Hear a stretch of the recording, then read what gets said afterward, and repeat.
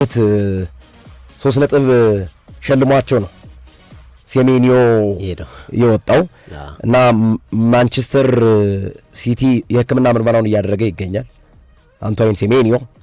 ስለዚህ ቀጣዩ የማንቸስተር ሲቲ ተጫዋች ከተስማሙ ቀናቶች አልፏል። ባይዘው ጥሩ አጋጣሚ ነው። ሳቪኒዮ ለሁለት ወር ተጎድቷል። በትክክል ሳቪኒዮ ተጎድቶባቸዋል። ሴሜኒዮ የማንቸስተር ሲቲ የሕክምና ምርመራውን እያጠናቀቀ ይገኛል። አንዳንዶች አሁንም ተስፋው አልተሟጠጠም፣ ሊቨርፑል ሊገባ የሚችልበት እድል አለ የሚሉ ሀሳቦችን ቢሰነዝሩም ግን ሜዲካል እያጠናቀቀ ነው በሲቲ ቤት ውስጥ ኢታር ላይ ማለት ነው። ማርጋሂንም በተመሳሳይ ጨንብሎ እየሄዱ ነው። እኔ ጋር የቶፕ 6 ቡድኖች ሰሞነኛ እንቅስቃሴ ሰፊ ትንታኔ ይፈልጋል። ሌላ ጊዜ እንመለስበታለን። ግን ለመነካካት ያህል የእንግሊዝ እግር ኳስ መልክ ወይም የእንግሊዝ እግር ኳስ ስትራክቸር እየተቀየረ ያለ ይመስላል። በእንግሊዝ የሚገኙ ቶፕ 6 ቡድኖች ባለፉት 3 ተከታታይ ጨዋታዎች የትናንትናውን ጨምሮ የተጫወቱ ቡድኖች አሁንም ከአርሰናል ውጪ ድል እየቀናቸው አይደለም። ማንቸስተር ዩናይትድ ትናንት አቻ፣ ቼልሲ ሽንፈት፣ ቶተንሃም ሽንፈት፣ ማንቸስተር ሲቲ አቻ። ዛሬ አርሰናል ከሊቨርፑል ይጫወታሉ። ባለፈው ሳምንት 2 ሳምንታት በተከታታይ እነዚህ ቡድኖች ከአርሰናል ውጪ ያሉት ቶፕ 6 በተለምዶ ቶፕ 6 የሚባሉ ቡድኖች አልቀናቸው። ከነዚህ ውስጥ 2 አሰልጣኝ አሰናብቷል። ቼልሲና ማንቸስተር ዩናይትድ 2 ጫፍ ላይ ነው ያሉት። ቶማስ ፍራንካ ይቀርላቸው። አርነ ስሎት ዛሬ ከተሸነፉ ምናልባት ሊሸኙ ይችላሉ። ጋርዲዮላ በአመቱ መጨረሻ ይወጣል። የሚቀረው አርቴታ ብቻ ነው።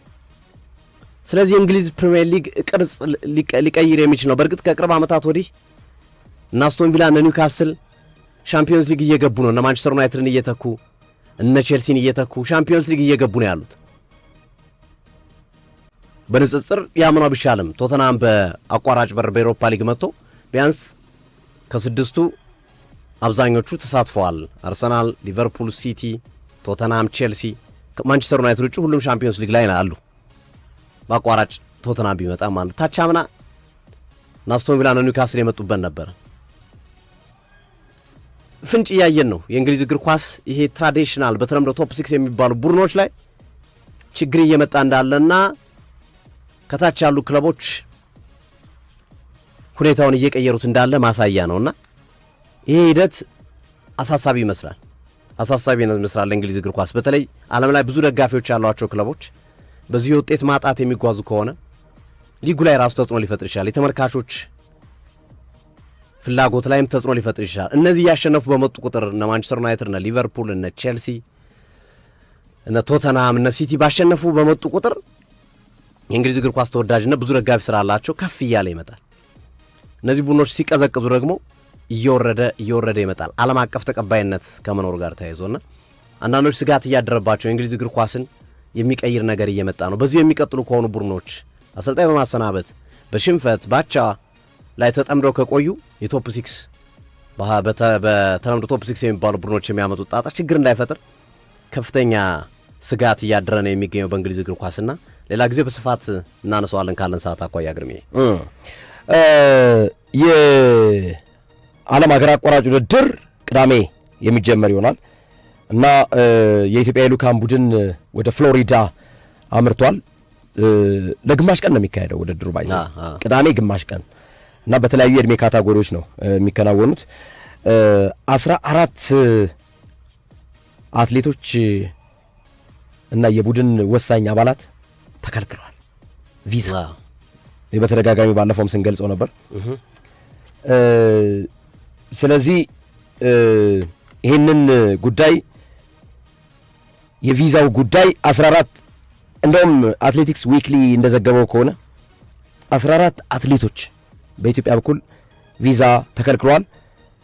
10ሩ በአንደር 20 ካታጎሪ ከ20 ዓመት በታች ሊወዳደሩ የነበሩ ናቸው። 4ቱ ደግሞ ሲኒየር አትሌቶች ናቸው። 14 አትሌቶች፣ 2ቱ ደግሞ የ4 በ2 ኪሎ ሜትር ሚክስድ ሪሌ ተወዳዳሪዎች ናቸው። በጣም የሚገርም ነው። ሶፊ ተመልከት፣ 14 በአትሌት ደረጃ ማለት ነው። 14 አትሌት ቪዛ ያላገኘው ማለት ነው። 10ሩ አንደር 20 ካታጎሪ ወይም ወጣት ወንዶች ወጣት ሴቶች በሚባለው ረገድ ማለት ነው። 4ቱ ሲኒየር አትሌት፣ ከ4ቱ ውስጥ ደግሞ የ4 በ2 ኪሎ ሜትር ሚክስድ ሪሌ ሯጮችም አሉበት። ስለዚህ የኢትዮጵያ አትሌቲክስ ፌዴሬሽን አትሌቶችን ጠጋግኖ ነው ይዞ ሄደው ቪዛ ያላቸውን እድሜያቸው ያለፈውን እንዲሁም ደግሞ ፒዋን በሚል ከስፖንሰሮቻቸው ጋር በተገናኘ ቪዛ የማግኘት እድል ያላቸውን ሰብስቦ ነው ይዞ ሄደው አብረው አልሰሩም። ነገር ግን 47 ቀን አትሌቶቹ ሲሰሩ እነዚህ ቪዛ የተከለከሉትም ሞራላቸው እንዳይነካ በሚል አብሮ ሆቴል ውስጥ ነበሩ እስኪጓዙ እስከ ትናንት ድረስ ማለት ነው።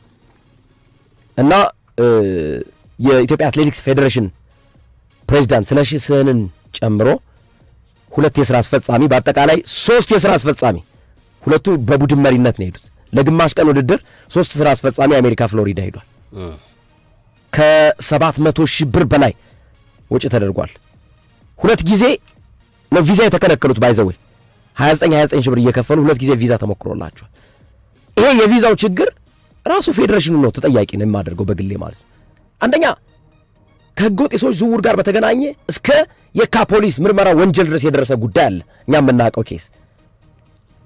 ስለዚህ ይሄ ነገር ግምት ውስጥ ገብቶ የአትሌቲክስ ቡድናችን ውጤት ቢቀናው ሰየው፣ ግን ወደፊት መስተካከል አለበት። አንደኛ እንዲህ አይነት ችግሮች እንዳይመጡ ህግና ስርዓትን ጠብቆ በውጭ ጉዳይ ሚኒስቴር በኩል አድርጎ ወደ ኤምባሲዎች የሚሄድበት ትክክለኛው ሰው። ይሄ ሁሉ ጦስ የመጣው አሜሪካ የሚባል አገር ለመሄድ ከመፈለግ ጋር በተገናኘ ህገወጥ የሰዎች ዝውውር በአትሌት ስም ሲከናወን ከመሆኑ ጋር ተያይዞ የመጣ ክፍተት ነው። እግር ኳሱም ላይ ተመሳሳይ አይነት ክፍቶች እንደነበሩ ባለፈው ስናነሳ ነበር፣ እዛ አሜሪካ ሄደው የጠፉ ልጆችን በማንሳት ማለት ነው። ዞሮ ዞሮ አትሌቲክስ ቡድናችን ውጤት እንዲገጥመው እንመኛለን። መረጃውን እንደ መረጃ ግን ለማጋራት ያክል ነው 14 አትሌት ቪዛ ተከልክሎ ሳይሄድ ቀርቷል። እንሰነባበት ሶፊ። በጣም አሪፍ አድማጭ ተመልካቾቻችን፣ ምሽት ላይ እንገናኝ። አሪፍ ቆይታ እናደርጋለን። አርሰናል ከሊቨርፑል የሚጠበቅ ጨዋታ ነው። የምሽት ሰው ይበለን። መልካም ቀን፣ መልካም ጊዜ፣ መልካም የሥራ ቆይታ። እንወዳችኋለን፣ እናከብራችኋለን። ባባይ ቻው።